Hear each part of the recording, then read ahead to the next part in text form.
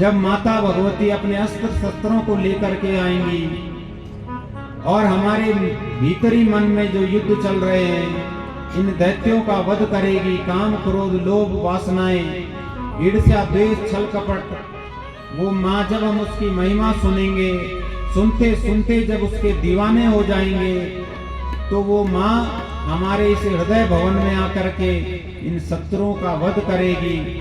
तब कहीं जाकर के हमारे भीतर कौन विराजेंगे? आस्तिक मुनि।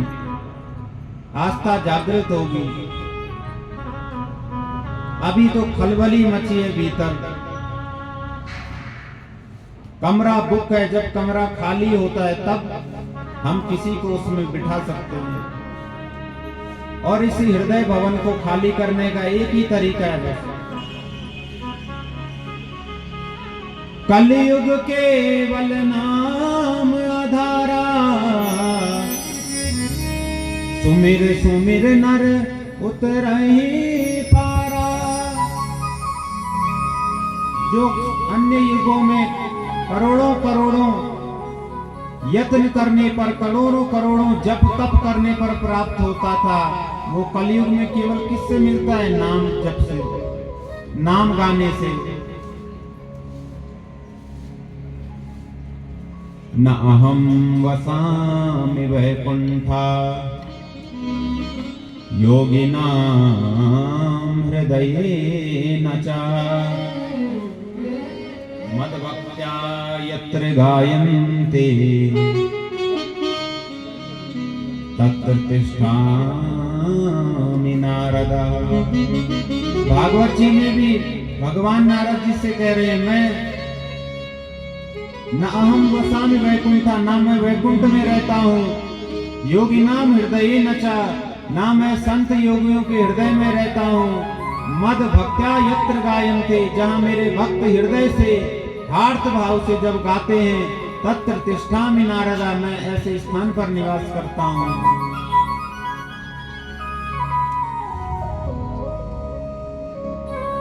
इसलिए सज्जनों, भगवान कई बार कहते हैं भक्त पराधीनम, भगवान कहते हैं मैं स्वतंत्र नहीं हूं, मैं भक्तों के अधीन हूं, उनकी श्रद्धा के अधीन हूं, उनके प्रेम के अधीन हूं, उनके प्रेम के वशीभूत होकर के मैं सदैव ऐसे भक्तों पर कृपा करता हूं। लेकिन हमें क्या करना होगा? भवानी शंकरो वंदे श्रद्धा विश्वास रूपिणो, उस श्रद्धा को, उस विश्वास को प्रगाढ़ करना होगा। तब जाकर के हमें जो सिद्धों के हृदय में जो परमेश्वर विराजते हैं, जो वो परम तत्व उनके हृदय में रहता है, उसका हम क्या कर पाएंगे? साक्षात्कार। बोले दुर्गे मैया जय, जयकारा शेरा वाली गान, बोल सांचे दरबार की जय।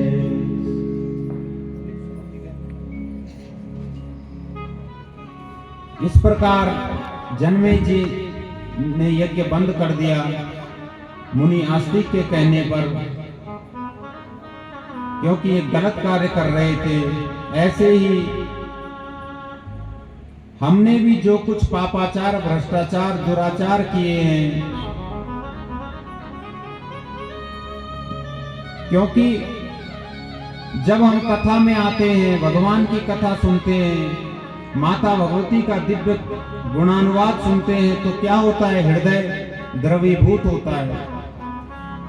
जब बाहर होते हैं तो हृदय क्या होता है? कठोर। जब कोई आभूषण बनाने वाला, सोना बनाने वाला जब आभूषण बनाता है तो क्या करता है? उसको पहले गलाता है आग में रख करके, और जब वो पूर्ण रूपेण द्रवीभूत होता है तब उस पर हथौड़ा चलाया जाता है, फिर उसे जो आकार दो वही बन जाया करता है। ऐसे ही जब हम कभी भगवान की, माता भगवती के दिव्य गुणानुवादों का श्रवण कर रहे हों और श्रवण करते करते माता भगवती हृदय में बैठ जाए और हृदय द्रवीभूत हो जाए तो उसी समय क्या मारो, विवेक का हथौड़ा मारो उस मन पर। और विवेक कहाँ मिलता है? बिनु सत्संग विवेक न होई, राम कृपा बिनु सुलभ न सोई। जब सत्संग सुनेंगे तो विवेक की प्राप्ति होगी, और जब हृदय हमारा द्रवीभूत हो, भगवान की कथा सुनते सुनते जब उसमें निमग्न हो रहे हो, तब विवेक का हथौड़ा उस मन पर मार करके तब हम जीवन को सही दिशा प्रदान कर सकते हैं सज्जनों। इसलिए हम निरंतर उसका गुणानुवाद करें। इधर जन्मेजय से सुखदेव जी महाराज अनेकानेक वर्णन कर रहे हैं। राजा जन्मेजय ने ब्रह्मांड की उत्पत्ति के विषय में पूछा कि हे मुनिवर, इस जगत का स्वरूप क्या है? जगन माता का स्वरूप क्या है? वास्तवी माया वास्तवम जगत। तब सुखदेव जी महाराज ने इधर ब्रह्मांड की उत्पत्ति के विषय में संक्षेप में बताया कि हे ब्राह्मण, हे राजन, ब्रह्मा विष्णु महेश इन तीनों देवताओं के बारे में आपने सुना होगा। भगवान विष्णु समुद्र के बीच में प्रकट होते हैं। ब्रह्मा जी विष्णु के नाभि कमल से प्रकट होते हैं और कमल के आसन पर विराजमान रहते हैं और सोचने लगते हैं इस जल का भी कोई आधार होगा। जब सृष्टि का सृजन होता है तो चारों तरफ क्या होता है? जल ही जल। और जब ये सृष्टि समाप्त होती है तो क्या होता है? चारों तरफ जल ही जल। चारों तरफ ये जल है और जल के बीच में जो छोटे छोटे द्वीप हैं उन पर क्या है? हम लोग बैठे हैं। लेकिन है किसके बीच में? जल के बीच में। प्रलय काल होते ही ये सब द्वीप जल में डूब जाया करते हैं और फिर सृष्टि क्या हो जाती है? सर्वत्र जल ही जल। लेकिन इस जल का भी तो कोई आधार होगा, क्योंकि जब हम कोई पात्र लेते हैं तो उसमें जल आता है। अगर हम जल को सीधा छोड़ दें तो जमीन पर गिर जाएगा बिना आधार के। ब्रह्मा जी को स्वर सुनाई दिया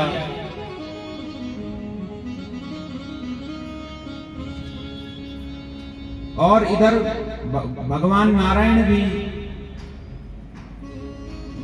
उस योग माया का ध्यान कर रहे हैं। और जो अर्ध श्लोकी जो भागवत है, वो जो श्लोक है, सर्वम खलविद मेवाहम नान्यद अस्ति सनातनम, इसको उन्होंने मन में बैठा लिया और रटने लगे, माता भगवती का चिंतन करने लगे। तब माता भगवती ने उनसे कहा तुम सृष्टि करो।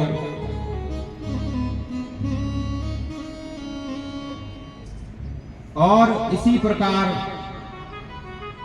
जब वो आश्चर्य पूर्ण ढंग से माता भगवती की ओर देखने लगे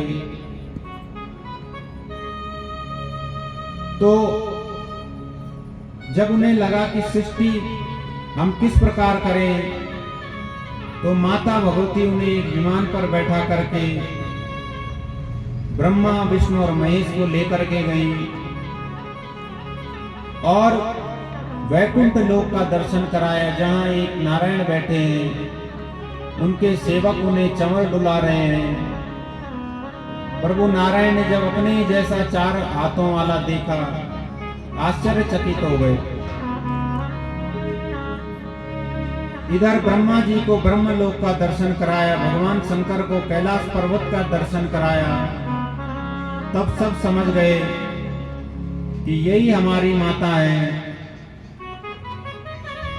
हम अलग अलग रूपों में अनेक अनेक अवतारों में जन्म लेते हैं उसी की आज्ञा से इन माता की ही आज्ञा से हम अनेक योनियों में जाते हैं, अनेक बार हमें युद्ध लड़ने पड़ते हैं। इस प्रकार तीनों देवता माता भगवती का दिव्य वंदन करते हैं,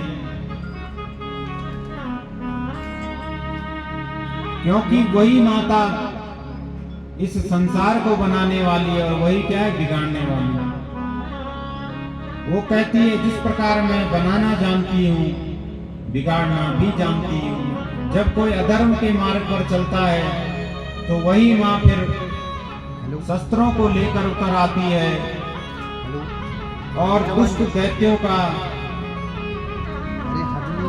वध कर देती है।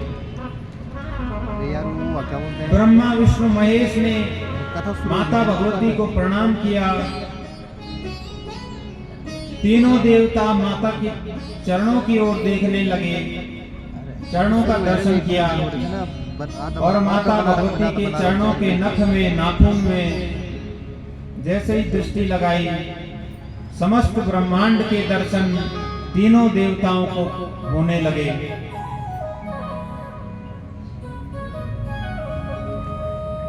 वही दर्शन जो रामचरितमानस में माता कौशल्या प्रभु श्री राम का दर्शन कर रही है। पालकी पर प्रभु श्री राम लेटे,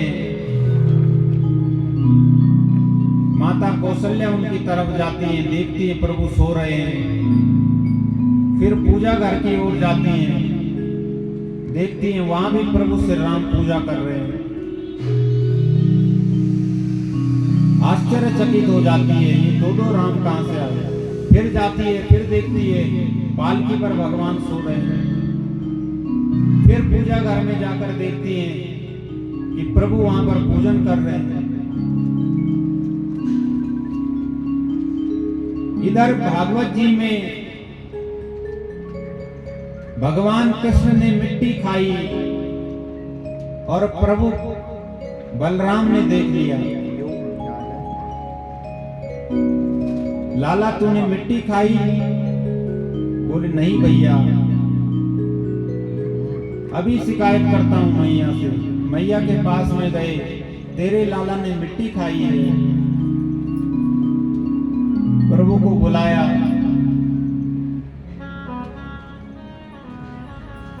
न अहम भक्षितवानंबा सर्वे मिथ्या विशंसिनः।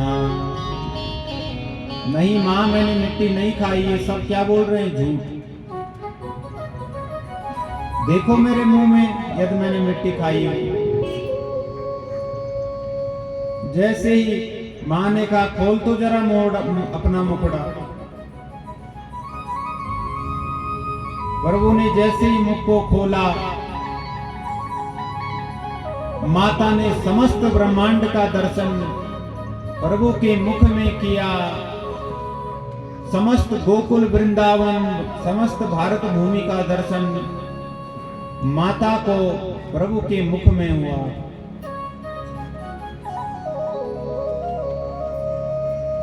कहने का अर्थ है इधर प्रभु श्री राम, प्रभु श्री कृष्ण क्या कर रहे हैं, ब्रह्मांड का दर्शन करा रहे हैं। इधर ब्रह्मा विष्णु महेश माता भगवती के चरणों के नाखून में ब्रह्मांड का दर्शन कर रहे हैं। क्यों? क्योंकि वही संसार की जननी है। कहते हैं जब माता भगवती अपने हाथों के जो ये नाखून है, एक बार जब ऐसे हाथ घुमाया करती, एक बार, इतने में क्या हो जाते हैं, भगवान नारायण के 10 अवतार हो जाते हैं। नारायण दशा करते हैं। नाखून पर एक बार हाथ घुमाते ही इतने समय में प्रभु के कई अवतार हो जाते हैं। इसलिए इस संसार की माया में सज्जनों न उलझ करके हम क्या करें, उसी महामाया का चिंतन करें जिसका चिंतन ब्रह्मा विष्णु महेश भी कर रहे हैं। और ये मैं नहीं कह रहा हूं, ये आप ही कहते हो आप लोग। जय अम्बे गौरी मैया जय श्यामा गौरी, तुमको निश दिन ध्यावत। आगे आप बताइए। हरि ब्रह्मा शिव जी, आप ही कहते हो कि तुमको निस्दिन ध्यावत हरि ब्रह्मा शिव जी। और ये शास्त्र पुराण भी यही बतला रहे हैं। लेकिन करनी और कथनी में क्या होता है अंतर। एक तरफ हम रोज थालियां घुमा रहे हैं, तुमको निस्दिन ध्यावत हरि ब्रह्मा शिव जी, और अपने आप क्या कर रहे हैं, जगह जगह जा रहे हैं। जहां किसी ने बोला वहां तुम्हारा दुख का निवारण होगा, हम वहीं चले जाते हैं जहां किसी ने कहा। इसका मतलब क्या है, हम कहते कुछ हैं और करते कुछ हैं। कहने कुछ भी बोले आली, कहने बोले आली उल्टा काम करते भी, तो भी हम तैयार रहना हर वक्त अपना भला करने का वास्ता। किसी का प्राण भी लेना पड़े, उल्टे सुल्टे कर्म कुछ भी करने पड़े, अपना भला करने के लिए कुछ भी करने को तैयार रहते हैं।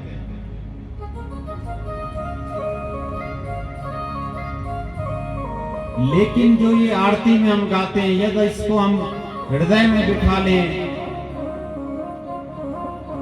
और मान लें अभी भी कि ब्रह्मा विष्णु महेश और ये जो समस्त देवता हैं, ये सब नित्य किसकी आराधना करते हैं, माता भगवती की।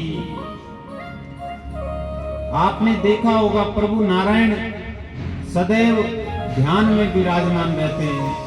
इधर कैलाश पर्वत में आप देखते हैं भगवान शंकर तप कर रहे हैं सदैव। उधर ब्रह्मा जी को आप देखिए कमल के आसन पे, वो भी तप में विराजमान है।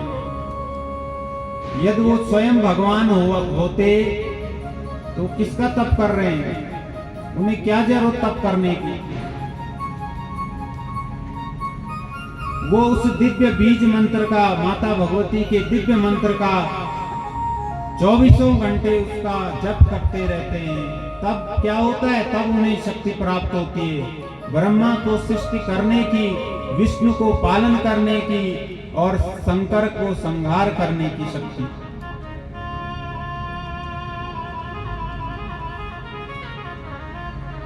ब्रह्मा विष्णु महेश जब माता भगवती के पास में पहुंचे एक बार, तीनों से मां ने कहा, जो कुछ मुझ में तुम्हें कुछ अलौकिक लगता हो, कुछ अलग लगता हो, तो मुझसे मांग लो।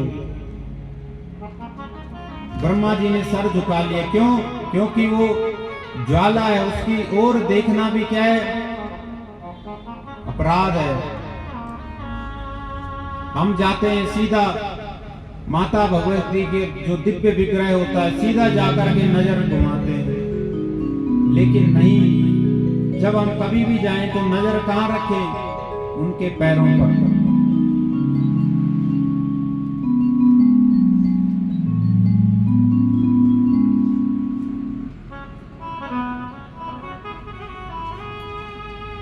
भगवान नारायण ने भी सर झुका लिया। भगवान भोलेनाथ ने देखा कि माता भगवती के दो नेत्र के बीच में एक और नेत्र है, जो मुझे कुछ क्या लग रहा है अलग, ये मैंने कभी नहीं देखा, ये तो सबसे अलग है। माता भगवती से प्रार्थना की, यही मुझे अलग लग रहा है और अनुपम है, इसे आप मुझे प्रदान कीजिए।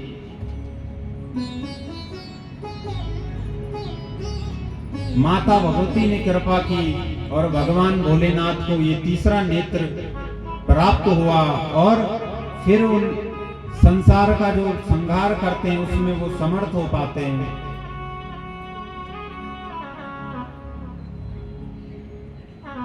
कहने का मतलब है